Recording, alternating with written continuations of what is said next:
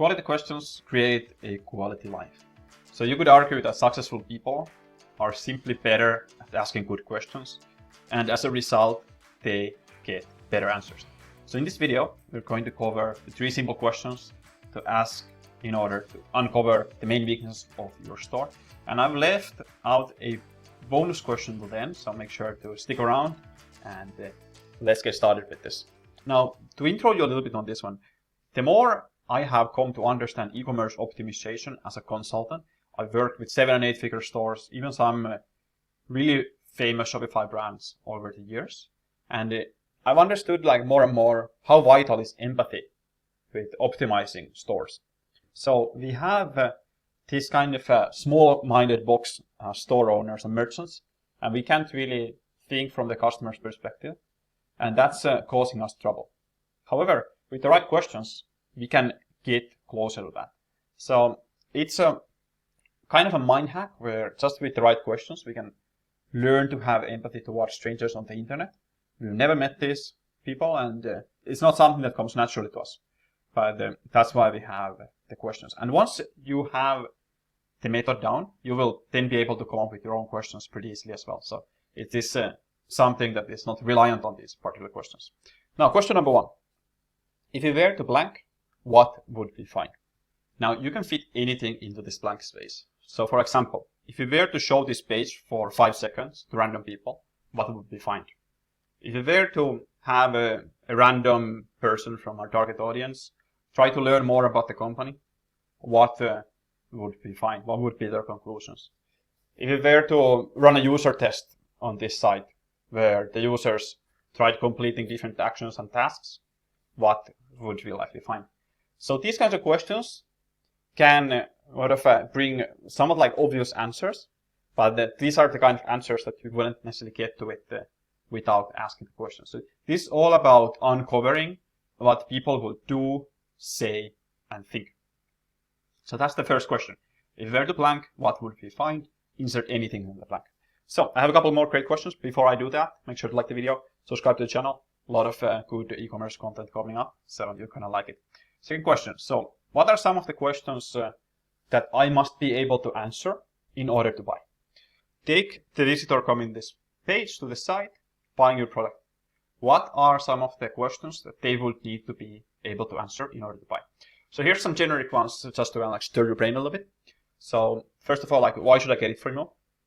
What are the delivery terms? Is the price reasonable? Is it certain that this product won't get damaged on delivery? What if the size doesn't fit me? These kinds of things. There's of course a spectrum of specificity here. So you can think of questions like, how does it compare to the other model you're selling or the previous model? Is it waterproof? Can I machine wash it? These kinds of questions. So you're trying to map out all the possible questions in the user's brain in order for you to be able to then cover these on your store and pages. So at that point, you will hit some kind of a diminishing marginal return at some point. So you don't want your page to be just like this one huge FAQ, but you want to cover as many of the important questions as you can without hurting the site's user experience. Then next, the third question. If I were to order from this site, would I reorder? So would they order again if they order once?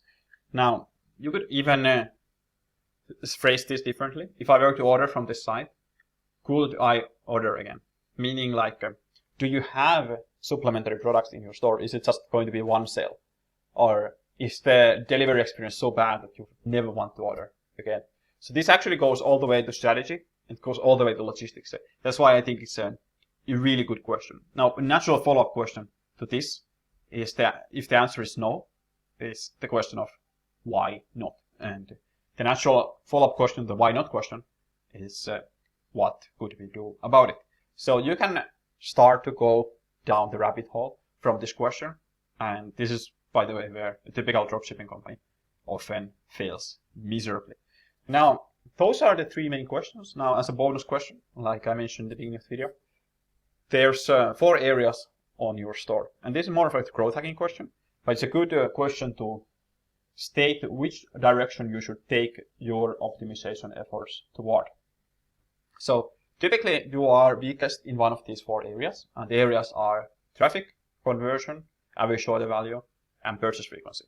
So if you are not getting any traffic, rest of them pretty much don't matter because you don't really know the numbers yet.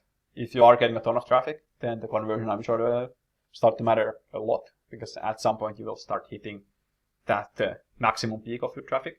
If you already have a lot of customers, the purchase frequency aspect matters a lot, because you have a lot of this unhidden potential in your store, in your literal like customer list. That's why it's not the hidden potential, it's unhidden potential. However, in many merchants' mind, it is kind of hidden and ignored. So those are the questions if you would like help with your post-traffic optimization. So any of the last 3 areas, you can go to growgurus.com, check us out there, check what we do, see if perhaps that could be a good mutual fit. Take it from there. Hope you enjoyed the video, like the video, see you next time, take care, cheers.